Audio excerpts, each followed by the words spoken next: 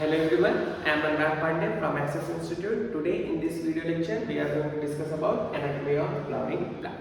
Anatomy of flowering plant में हम लोगों ने लास्ट वीडियोस में पढ़ लिया था टिश्यू, प्लांट टिश्यू को हम लोगों ने कैटेगराइज किया था दो टाइप में। पहला जिनके पास डिवीजन की कैपेसिटी थी उस टिश्यू को हम लोगों ने बोला था मेरिस्टेमेटिक टिश्यू, और जो सेल्स, जो टिश्यू या फिर जो सेल्स जिनमें डिवीजन की कैपेसिटी नहीं थी, जो अपनी डिवीजन कैपेसिटी लॉस्ट कर चुके थे, उनको हम बोलते थे परमानेंट टिश्यू। मेरिस्टेमेटिक टिश्यू को उनके पोजीशन, लोकेशन और उनके फंक्शन के बेसिस पे हम लोगों ने क्लासिफाई किया था। अगर पोजीशन की बात किया जाए तो हम लोगों ने मेरिस्टेमेटिक टिश्यू को तीन क्लास में क्लासिफाई किया था। एपिकल मेरिस्टेम जो कि एपिक्स पे प्रेजेंट थे, लेटरल मेरिस्टेम जो कि लेटरल साइड पे प्रेजेंट थे, जो कि प्लांट की ग्रोथ के लिए रिस्पांसिबल थे, और इंटरकैलरी मेरिस्टेम जो कि प्लांट में इंटरनोडल ग्रोथ के लिए रिस्पांसिबल थे। क्लियर?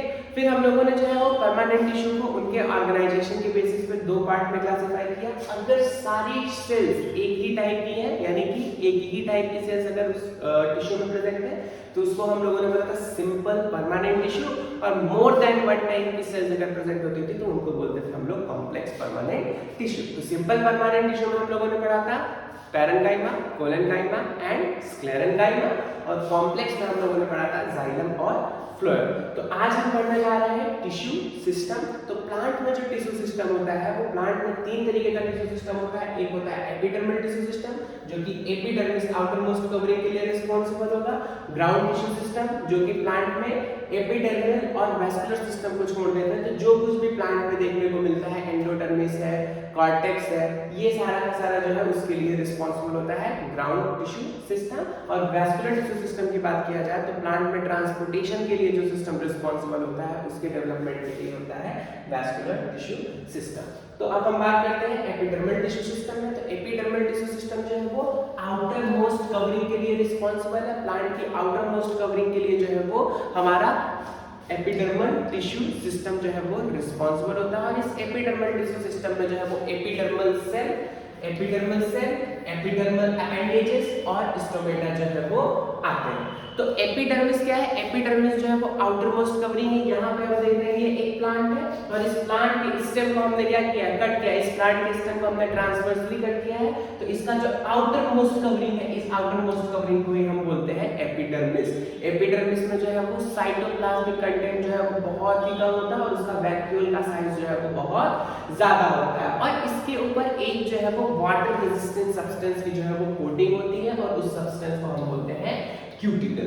तो एपिडर्मिस क्या है? एपिडर्मिस जो है वो आउटर मोस्ट लेयर है, जनरली सिंगल लेयर होती है। और यहाँ पे अभी मैंने आपको बताया कि स्मॉल अमाउंट ऑफ साइटोप्लाज्म देखने को मिलता है। और इस एपिडर्मिस के ऊपर जो है वो एक एक्स्ट्रा थिक लेयर जो है वो प्रेजेंट होती है, और उस थिक लेयर को जो है वो बोलते हैं क्यूटिकल लेयर।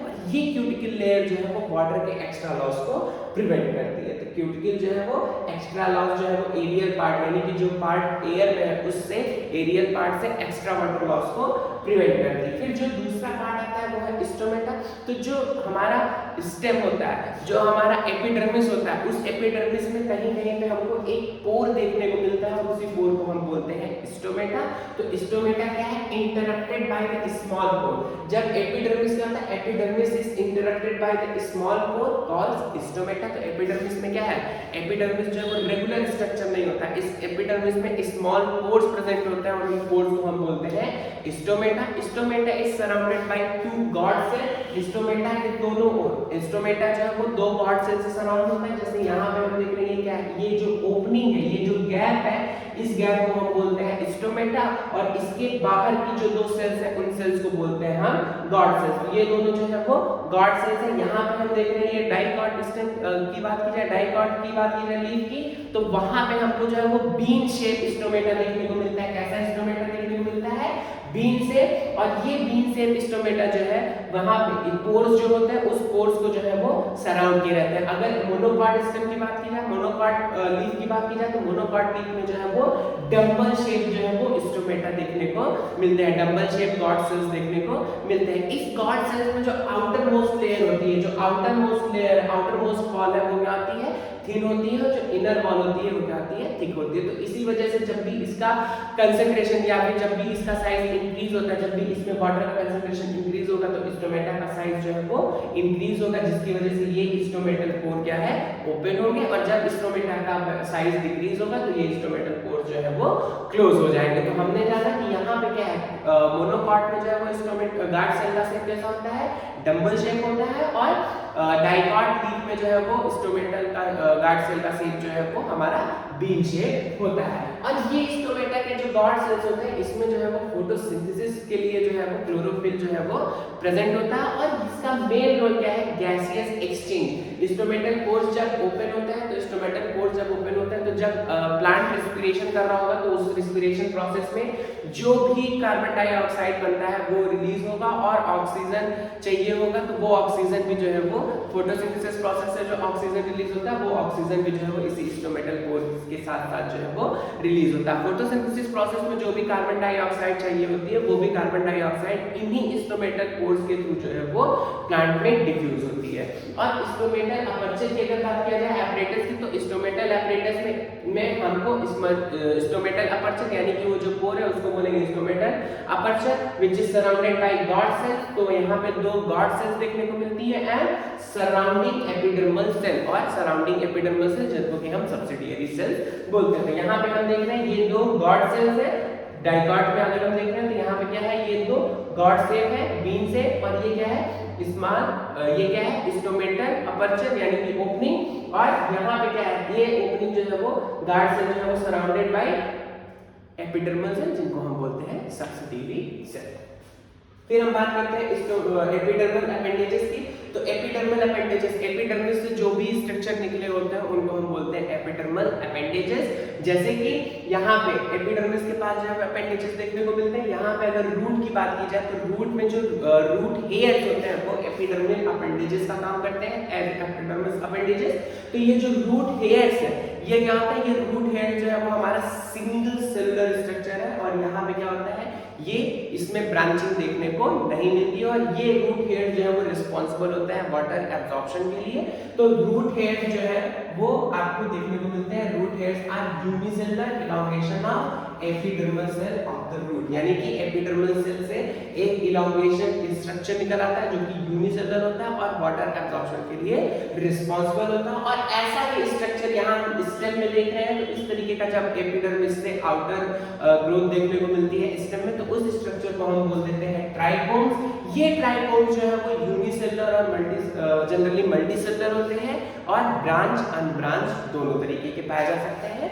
और इसका जो मेन कॉज है, they help in preventing water loss due to transpiration. इनका जो मेन रोल है वो क्या है, ये वाटर लॉस को प्रिवेंट कर रहे हैं। और कभी-कभी जो है वो प्लांट में ऐसे कुछ ऐसे सेल्स भी होते हैं जो कि सिक्रीटरी सेल्स, ऐसे कुछ सब्सटेंस का जो है वो सिक्रीशन करते हैं, वो भी एपिडर्मल रीजन में पाया जाता है। तो यहाँ पे हम लोगों ने पढ़ा एपिडर्मल टिश्यू सिस्टम में, एपिडर्मल टिश्यू सिस्टम में अपेंडेजेस पढ़ा। रूट के केस में रूट हेयर्स है, स्टेम के केस में जो है वो हेयर लाइक स्ट्रक्चर जिनको हम ट्राइकोम्स बोल रहे हैं। स्टोमेटा देख रहे हैं, तो स्टोमेटा क्या था, एपिडर्मल में ब्रेक, एपिडर्मल में एक पोर प्रेजेंट होता है, उस पोर को हम बोलते हैं स्टोमेटा। और फिर हम लोगों ने पढ़ा था एपिडर्मिस जो कि आउटर मोस्ट प्रोटेक्टिव लेयर का फॉर्मेशन करती है। अब अगर ग्राउंड टिश्यू सिस्टम की बात की जाए तो ग्राउंड टिश्यू सिस्टम में पेरिसाइकिल, ठीक है, ग्राउंड टिश्यू सिस्टम में एपिडर्मिस और वैस्कुलर बंडल को छोड़ दिया जाए तो एपिडर्मिस और वैस्कुलर बंडल को छोड़ देने के बाद जो कुछ भी बचता है वो सारी चीजें जो है वो ग्राउंड टिश्यू सिस्टम से जो है वो डेवलपमेंट होती है। और ये ग्राउंड टिश्यू सिस्टम जो है वो सिंपल परमानेंट टिश्यू से मिलकर के बना होता है। अभी मैंने आपको बताया सिंपल परमानेंट टिश्यू तीन टाइप की होती है, पैरेन्काइमेटस, कोलेनकाइमेटस और स्क्लेरेनकाइमेटस। तो ये जो है वो पैरेन्काइमेटस, कोलेनकाइमेटस और स्क्लेरेनकाइमेटस सेल से मिलकर के बनी होती है। अगर बात किया जाए कॉर्टेक्स की, पेरिसाइकिल, पिथ रीजन की और मेडुलरी रेज रीजन की बात किया जाए तो ये कॉर्टेक्स है, और पिथ जो है, मेडुलरी रेज, ये सारी की सारी जो है वो पैरेन्काइमेटस सेल से मिलकर के बनी होती है। ग्राउंड टिश्यू सिस्टम, लीफ का जो ग्राउंड टिश्यू सिस्टम होता है उसको हम बोलते हैं मेसोफिल।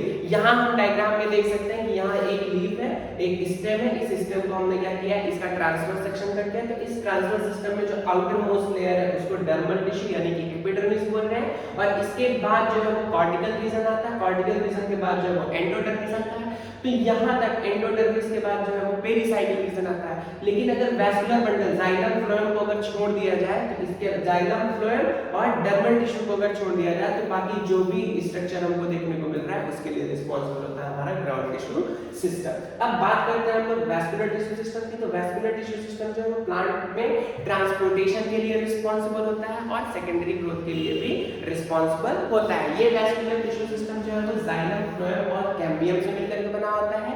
जाइलम का मेन फंक्शन होता है वाटर एंड मिनरल न्यूट्रिएंट्स का ट्रांसपोर्टेशन और जो फ्लोएम होता है उसका मेन काम होता है फूड सब्सटेंसेस का ट्रांसलोकेशन और कैम्बियम जो है वो रिस्पांसिबल होता है सेकेंडरी ग्रोथ के लिए। ठीक, तो इस तरीके से हम देख रहे हैं कि यहाँ पे एक जिस तरीके से ह्यूमन में जो है वो एक सर्कुलेटरी सिस्टम प्रेजेंट होता है ट्रांसपोर्टेशन के लिए, उसी तरीके से यहाँ पे भी ट्रांसपोर्टेशन के लिए जो सिस्टम प्रेजेंट होता है उस सिस्टम को हम बोलते हैं वैस्कुलर सिस्टम। ठीक, और ये वैस्कुलर सिस्टम जो है अगर इसमें जाइलम और फ्लोएम सेम रेडियस पे प्रेजेंट होते हैं तो इस तरीके का जो अरेंजमेंट होता है उसको हम बोलते हैं कोलैटरल अरेंजमेंट। तो यहाँ पे जो है वो हमको वैस्कुलर बंडल जो है वो दो तरीके के देखने को मिलते हैं। पहला जो है वो ओपन वैस्कुलर बंडल है। ओपन वैस्कुलर बंडल का मतलब क्या है, जहाँ पे कैम्बियम जो है वो जाइलम और फ्लोएम के बीच में प्रेजेंट होगा। जब कैम्बियम जाइलम और फ्लोएम के बीच में प्रेजेंट होगा तो इस तरीके के अरेंजमेंट को हम बोलते हैं open type of vascular bundle और जब ये जाइलम और फ्लोएम के बीच में कैम्बियम प्रेजेंट नहीं होगा तो उसको हम बोलेंगे क्लोज वैस्कुलर सिस्टम। यहाँ पे हम देख रहे हैं, यहाँ पे हमको तीन लेयर दिख रहा है, आउटर मोस्ट फ्लोएम दिख रहा है, उसके बाद जो है वो एक जाइलम लेयर देखने को मिल रही है, एक कैम्बियम लेयर देखने को मिल रही है। ये कैम्बियम लेयर अगर प्रेजेंट है, ये कैम्बियम लेयर अगर प्रेजेंट है तो इस तरीके के वैस्कुलर बंडल को हम बोलेंगे ओपन वैस्कुलर बंडल। और यहाँ पे हम देख रहे हैं, यहाँ पे सिर्फ दो ही हमको देखने को मिल रहा है, फ्लोएम और जाइलम। एक्स्ट्रा कैम्बियम लेयर देखने को नहीं मिल रही। यहाँ पे दो ही लेयर देखने को मिल रहे हैं, एक लेयर फ्लोएम है, दूसरा लेयर जो है वो जाइलम है। बीच में इनके कोई भी एक्स्ट्रा लेयर देखने को नहीं मिल रहा है। तो यदि कैम्बियम प्रेजेंट है तो इस तरीके के वैस्कुलर बंडल को हम बोलते हैं ओपन वैस्कुलर बंडल और क्लोज कैम्बियम एब्सेंट है तो इस तरीके के वैस्कुलर बंडल को हम बोलते हैं क्लोज वैस्कुलर बंडल। ये वैस्कुलर बंडल को ओपन वैस्कुलर बंडल इसलिए बोल रहे हैं क्योंकि ये जहां पे कैम्बियम प्रेजेंट होता है वहां पे सेकेंडरी ग्रोथ होने के चांसेस होते हैं और ये कैम्बियम जो है वो सेकेंडरी ग्रोथ के लिए रिस्पांसिबल होता है। सेकेंडरी ग्रोथ क्या होता है, इंक्रीज इन गिर्थ। प्लांट की जो गिर्थ में इंक्रीज होता है उसको हम बोलते हैं सेकेंडरी ग्रोथ। तो यदि कैम्बियम प्रेजेंट है तो उसको open type of vascular bundle बोलते हैं। क्यों ओपन टाइप बोलते हैं, क्योंकि ये सेकेंडरी ग्रोथ के लिए रिस्पांसिबल होगा और जहां पे कैम्बियम एब्सेंट होता है वहां पे सेकेंडरी ग्रोथ नहीं होता है, इसलिए उसको हम क्लोज्ड वैस्कुलर बंडल बोलते हैं। फिर अगर बात किया जाए किस तरीके के वैस्कुलर बंडल का अरेंजमेंट होता है, तो वैस्कुलर बंडल का जो अरेंजमेंट होता है, टाइप्स ऑफ वैस्कुलर बंडल बात किया जाए तो जो पहला टाइप होता है वो है रेडियल वैस्कुलर बंडल। जब जाइलम और फ्लोएम दोनों डिफरेंट रेडियस में प्रेजेंट होते हैं और अल्टरनेटिवली प्रेजेंट होंगे तो इस तरीके के अरेंजमेंट को हम बोलते हैं रेडियल अरेंजमेंट। अगर यहाँ पे हम रेडियस का फॉर्मेशन करते हैं तो यहाँ पे एक रेडियस पे जाइलम है और दूसरे रेडियस पे जो है वो फ्लोएम है। तो इस तरीके का जो अरेंजमेंट है जिसमें डिफरेंट रेडियस पे, एक रेडियस पे जाइलम होगा और फ्लोएम दोनों अलग अलग रेडियस पे प्रेजेंट होंगे, तो इस तरीके का जो अरेंजमेंट होगा उसको हम बोलेंगे रेडियल अरेंजमेंट। और जाइलम के बाद फ्लोएम अल्टरनेट होगा। अल्टरनेट यहाँ पे देख रहे हैं, ये जाइलम है तो ये फ्लोएम है, फिर जाइलम, फिर फ्लोएम, फिर जाइलम, फिर फ्लोएम। तो जाइलम और फ्लोएम क्या है, अल्टरनेटिवली अरेंज होगा। और जो दूसरा टाइप का वैस्कुलर बंडल हमको देखने को मिलता है कॉन्जॉइंट वैस्कुलर बंडल, जहां पे जाइलम और फ्लोएम जो है वो सेम रेडियस में प्रेजेंट होंगे। तो यहाँ पे देखिए आउटर मोस्ट पोजीशन में जनरली फ्लोएम प्रेजेंट होता है और सेंट्रली रीजन में जो है वो जाइलम देखने को मिलता है। अब यहाँ पे जो कॉन्जॉइंट टाइप का वैस्कुलर बंडल है, इस कॉन्जॉइंट वैस्कुलर बंडल में दो तरीके का हो सकता है, ओपन और क्लोज कॉन्जॉइंट वैस्कुलर बंडल। यदि यहाँ पे कैम्बियम की प्रेजेंस है तो ओपन होगा और कैम्बियम एब्सेंट है तो क्लोज वैस्कुलर बंडल होगा। और ये जो कन्फाइंड कोलैटरल, कन्फाइंड को ही हम दूसरा नाम दे देते हैं कोलैटरल वैस्कुलर बंडल। और ये कन्फाइंड वैस्कुलर बंडल जो है वो जनरली हमको स्टेम और लीव्स में देखने को मिलता है और रेडियल वैस्कुलर बंडल जो है वो रूट में देखने को मिलता है। तीसरे टाइप का जो वैस्कुलर बंडल है जहां पे जाइलम और फ्लोएम दोनों इसको बोलते हैं बाई कोलैटरल। कोलैटरल का मतलब क्या है, जाइलम और फ्लोएम दोनों जो है वो सेम रेडियस में प्रेजेंट है और बाई कोलैटरल का मतलब क्या है कि xylem is surrounded bye phloem.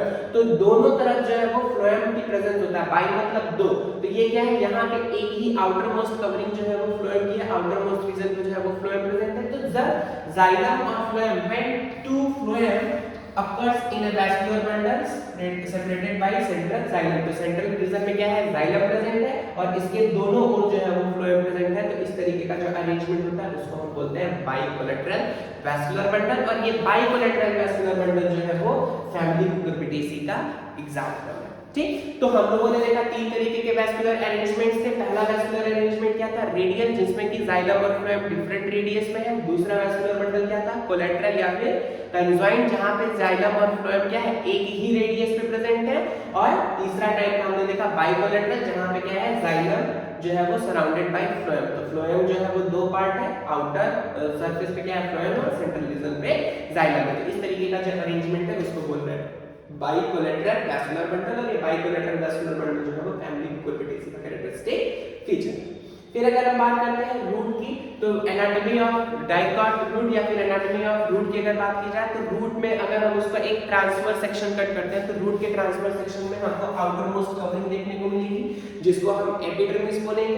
Epidermis के बाद एक रीजन देखने को मिलता है जिसको हम कॉर्टेक्स रीजन बोलते हैं। कॉर्टेक्स के बाद हमको एंडोडर्मिस रीजन देखने को मिलेगा और फिर स्टील रीजन जो कि वेस्कुलर सिस्टम के लिए रिस्पांसिबल है।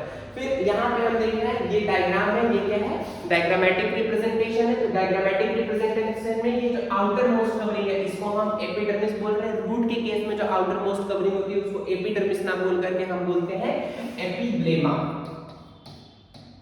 एपिब्लेमा, और ये एपिब्लेमा जो है वो इसी को हम बोलते हैं एपिडर्मिस, और इसी एपिब्लेमा से जो है वो हमको रूट हेयर देखने को मिलते हैं। एपिब्लेमा के बाद का जो रीजन होता है उसको हम बोलते हैं कॉर्टेक्स रीजन, और ये कॉर्टेक्स जो है पैराकाइनेटिक सेल से मिलकर के बना होता है। कॉर्टेक्स रीजन के बाद का जो साइकिल हमको देखने को मिलता है वो रीजन होता है एंडोडर्मिस, और एंडोडर्मिस के बाद पेरिसाइकिल, पेरिसाइकिल के बाद जो है वो हमको वैस्कुलर सिस्टम जाइलम और फ्लोएम देखने को मिलते हैं। तो यहाँ पे मैंने बताया था आपको कि रेडियल वैस्कुलर बंडल देखने को मिला था। रेडियल वैस्कुलर बंडल में आप देखिए ये जाइलम है और ये फ्लोएम है। तो जाइलम अल्टरनेटिवली प्रेजेंट है फ्लोएम के साथ और डिफरेंट लोकल डिफरेंट रेडियस पे जो है वो प्रेजेंट है। तो यहाँ पे हम लोगों ने देखा कि यहाँ पे एपिडर्मिस देखने को मिलेगा, आउटर मोस्ट कवरिंग है जिसको हम एपिब्लेमा बोलेंगे। एपिब्लेमा से जो है वो रूट हेयर्स जो है वो देखने को मिलेगा, और फिर उसके बाद का जो रीजन है उसको हम कॉर्टेक्स रीजन बोलते हैं। अगर हम यहाँ सेलुलर रिप्रेजेंटेशन में देखें तो सेलुलर रिप्रेजेंटेशन में क्या है, आउटर मोस्ट कवरिंग है जिसको हम बोल रहे हैं एपिब्लेमा।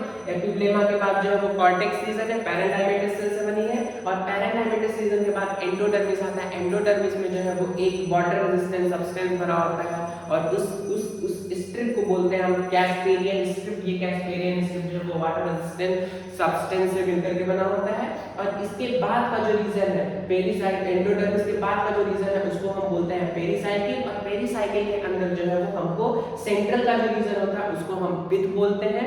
स्टीलर रीजन में जो सेंट्रल रीजन होता है उसको हम पिथ बोलते हैं। ये पिथ भी हमारा जो है वो पैरेंकाइमेटिस सेल से मिलकर के बना होता है। यहाँ पे जाइलम देखने को मिल रहा है, प्रोटोजाइलम जो है वो पेरिफेरी में है, मेटाजाइलम जो है वो सेंटर की तरफ है, और जाइलम अल्टरनेटिवली प्रेजेंट है किसके साथ, फ्लोएम के साथ। अगर हम जाइलम का नंबर काउंट करते हैं तो यहाँ पे जाइलम का नंबर जो है वो 4 है, 1 2 3 4। तो टोटल कितने जाइलम प्रेजेंट है, 4। तो डाइकॉट स्टेम रूट की बात की जाए तो यहाँ पे 4 जाइलम प्रेजेंट है और 4 ही फ्लोएम जो है वो प्रेजेंट है। जाइलम अल्टरनेट्स विद फ्लोएम, तो इसलिए ये जो अरेंजमेंट है वो कैसा अरेंजमेंट है, radial system arrangement, radial vascular bundle.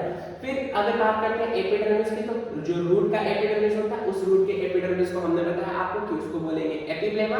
Epiblema जो है वो आउटर मोस्ट कवरिंग है। एपिब्लेमा क्या है, आउटर मोस्ट लेयर है, और इस आउटर मोस्ट लेयर से यूनिसेलुलर रूट हेयर्स जो है वो निकलते हैं, और ये रूट हेयर्स जो है वो रिस्पांसिबल होते हैं वाटर एब्जॉर्प्शन। फिर अगर कॉर्टेक्स रीजन की बात किया जाए तो ये कॉर्टेक्स रीजन क्या है, यहाँ पे कई ढेर सारी जो है वो parenchymatous cell, thin walled parenchymatous cells का कई ढेर सारी लेयर्स होती हैं, और वो कॉर्टेक्स रीजन को जो है वो फॉर्म करते हैं। और कॉर्टेक्स रीजन जो है इनर मोस्ट कॉर्टेक्स रीजन जो होता है उसको हम बोलते हैं एंडोडर्मिस, और इस एंडोडर्मिस में जो है वो किसी भी तरीके का हमको इंटरसेलुलर स्पेसेस नहीं देखने को मिलता है, और इसका जो शेप होता है यहाँ पे जो सेल्स होती है इनका जो शेप होता है वो बैरल शेप सेल देखने को मिलता है। और यहाँ पे एक हमको डिपोजिशन, मैंने आपको बताया कि यहाँ पे एक वाटर रेजिस्टेंट सब्सटेंस का जो है वो डिपोजिशन देखने को मिलता है, वो सब्सटेंस है सुपेरियन, और इसीलिए इस सिस्टम को बोलते हैं कैस्पेरियन स्ट्रिप। तो कैस्पेरियन स्ट्रिप में जो है वो वाटर रेजिस्टेंट सब्सटेंस का जो है वो डिपोजिशन देखने को मिलता है। और अगर बात करते हैं हम स्टीलर रीजन की, तो ये जो स्टीलर रीजन है ये स्टील रीजन जो है वो हमने आपको बताया कि एंडोडर्मिस के बाद का जो भी रीजन है उस रीजन को हम बोलते हैं स्टील रीजन। एंडोडर्मिस के बाद आता है पेरिसाइकिल। ये पेरिसाइकिल जो है वो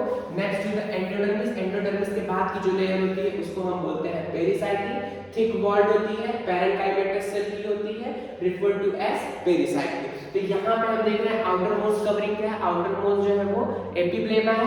एपिब्लेमा के बाद हमको कॉर्टेक्स रीजन देखने को मिलता है। कॉर्टेक्स रीजन के बाद जो इनर मोर कॉर्टेक्स होता है उसको हम बोलते हैं एंडोडर्मिस। एंडोडर्मिस के बाद हमको जो है वो एक रीजन देखने को मिलता है। ये जो रीजन है ये क्या है, ये है हमारा पेरिसाइकिल। पेरिसाइकिल जो है वो है हमारा इनर लेयर है किसके, एंडोडर्मिस के बाद का जो एंडोडर्मिस से इनर मोस्ट लेयर जो है वो क्या है हमारा पेरिसाइकिल। ये पेरिसाइकिल के बाद आता है, ये पेरिसाइकिल जो है वो वैस्कुलर कैम्बियम के लिए जो है वो रिस्पांसिबल होता है during secondary growth. Secondary growth में जो है वो वैस्कुलर कैम्बियम के लिए जो है वो रिस्पांसिबल होता है और लेटरल रूट की डेवलपमेंट के लिए भी ये रिस्पांसिबल होता है। और उसके बाद जो है वो सेंट्रल इनर मोस्ट जो रीजन होता है उसको हम बोलते हैं पिट। और ये पिट जो है वो पैरेंकाइमेटस, ये जो रीजन है ये रीजन जो है वो इसको हम बोलते हैं पिट। ये पिट जो है वो पैरेंकाइमेटस सेल से मिलकर के बना होता है। फिर कनेक्टिव टिश्यू की बात किया जाए तो पैरेंकाइमेटस नेचर क्या होता है, जाइलम, ये फ्लोएम है, ये जाइलम है। तो जाइलम और फ्लोएम के बीच का जो सेल्स होता है उन सेल्स को हम बोलते हैं कंजक्टिव टिश्यूज।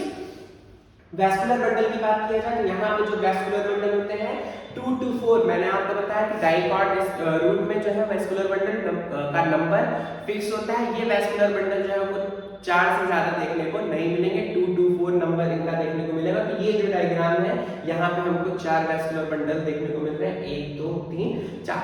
तो डाइकॉट रूट की बात किया जाए तो डाइकॉट रूट में जो है वो 4 वैस्कुलर बंडल देखने को मिलते हैं। और अगर डाइकॉट स्टेम या फिर स्टेम कंडीशन की बात किया जाएगा तो वहां पे मोनोकॉट स्टेम की अगर बात करेंगे तो वहां पे क्या है मोर देन 4 या फिर 6, तो वो कंडीशन हो जाती है पॉलीआर्क।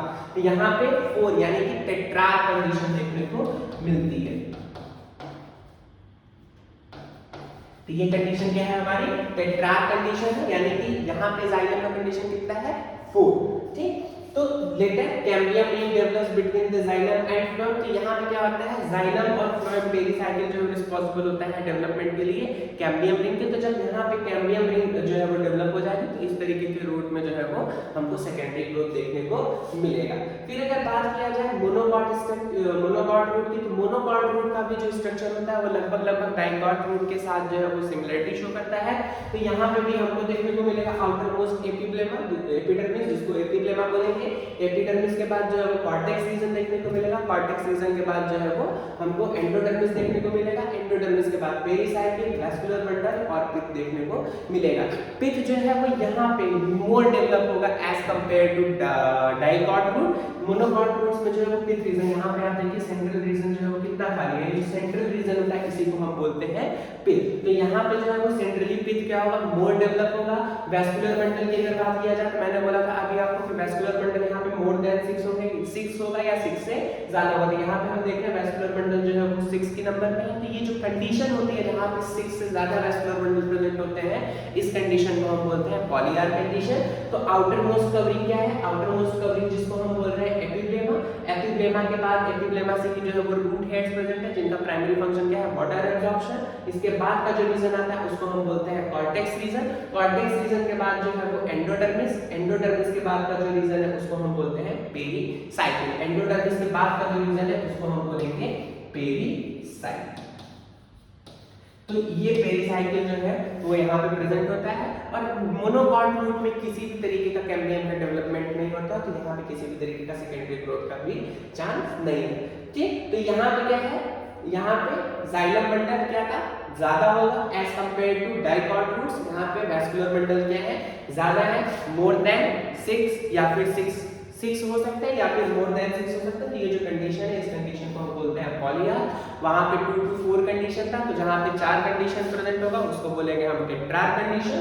और यहाँ पे जो है वो मोर देन 6 है तो इस कंडीशन को हम बोलते हैं पॉलीआर्क कंडीशन। पिथ रीजन जो है वो लार्ज होगा और वेल डेवलप होगा। तो हम जब डाइकॉट सिस्टम देख रहे थे तो वहां पे सेंट्रल रीजन जो था वो बहुत कम था। तो पिथ रीजन यहाँ पे जो है वो as compare to dicot monocot में पिथ रीजन जो है वो मोर मोर डेवलप देखने को मिलता है। तो यहाँ पे हम क्या देख रहे हैं, पिथ जो है वो मोर डेवलप है। ये डायग्रामेटिक रिप्रेजेंटेशन है जहाँ पे आउटर मोस्ट लेयर जो है वो एपिब्लेमा को रिप्रेजेंट कर रहा है, उसके बाद कॉर्टेक्स, कॉर्टेक्स के बाद एंडोडर्मिस, एंडोडर्मिस के बाद पेरिसाइकिल, पेरिसाइकिल के बाद उसके अंदर का वैस्कुलर सिस्टम। तो pericycle, xylem, phloem, medullary race, cambium, ये सारे मिलकर के जो है वो स्टील बनाते हैं। तो एंडोडर्मिस के बाद का जो कुछ भी रीजन है वो सारा का सारा स्टीलर रीजन होता है। तो यहाँ पे सेलुलर रिप्रेजेंटेशन में देख रहे हैं आउटर मोस्ट एपिब्लेमा है, यहाँ से रूट हेयर्स निकल रही हैं, ये रूट हेयर जो है वो वाटर एब्जॉर्प्शन के लिए रिस्पांसिबल है। इसके बाद की जो लेयर है